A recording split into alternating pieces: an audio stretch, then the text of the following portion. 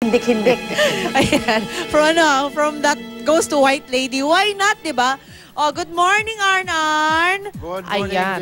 So, mga ito ha, mga kaluluwang hindi matahimik, yan daw po ang nagdadala ng kilabot at katatakutan sa isang bahay sa Quezon City. Alam ba yon, Arn? Makuling. Hindi. O, hindi. Ito na, ikukwentuhan kita. Ito, kukwentuhan namin kayo, no? Ito po ang kwento sa likod ng haunted house na yan, na inalam ng isang paranormal expert. Panoorin po natin ito. May ghost ako rito. Dito sa Barangay Bamban, Quezon, may isang tahanang pinangingilagan. Ang mga tao raw kasing napapadaan na iibang kilabot ang nararamdaman. Talagang nayabag, minadaang parang sinelas, minadaang yapak. Sinubukang alamin ng brigada kung may katotohanan nga ba ito. Maging ang caretaker ng bahay kumbinsidong may basehan ng mga nakakatakot na kwento. Lahat na nagmi-ari nito, pinatay ng tao, hindi yung sasakit. At ang pinakahuling biktima raw ng tahanan, namatay halos 1 dekada lang ang nakakaraan. Pagkagabi, maraming nakikita yung mga nadaan na tao nakatayo dito. Ayon sa nagsasalin-saling kwento, isang matandang mayaman ang pinakahuling nanirahan dito, kasama ang kanyang nobya at katiwala.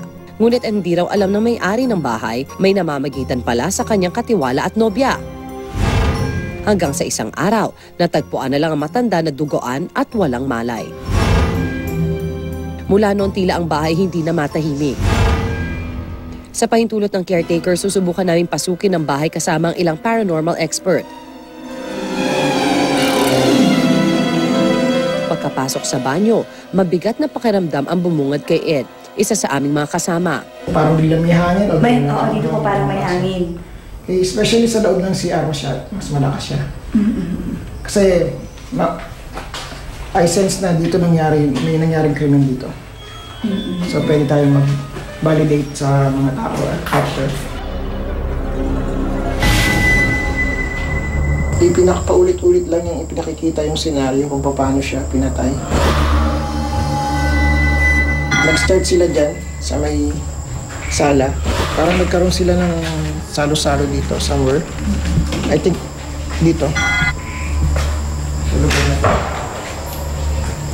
Meron siyang 2 kasama.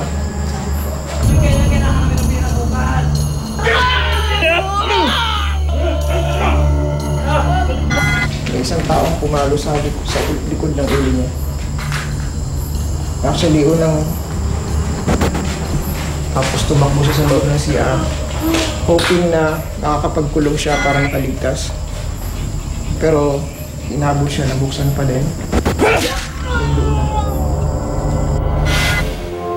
Ibang bersyon naman ang narinig namin mula mismo sa isa sa mga naging saksi sa nangyaring krimen sa may-ari ng kinatatakutang bahay.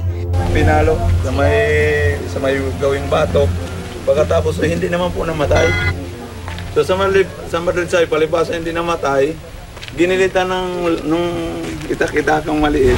Pinagtangkan daw nakawan ng kanyang katiwala ang matanda at nang wala itong maibigay, pinatay na lamang ito at iniwang walang buhay. At tila tumugma ang nakita na kasama naming paranormal experts dahil ayon pa rin sa saksing aming nakausap.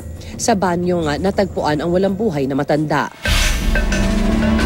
May katotohanan man o wala ang makapanindig balahibong istoryang ikinakabit sa bahay, pinili pa rin ng aming mga kasamang eksperto na magsagawa ng isang ritual upang matigil na ang panggugulo ng kaluluwa ng may-ari ng bahay.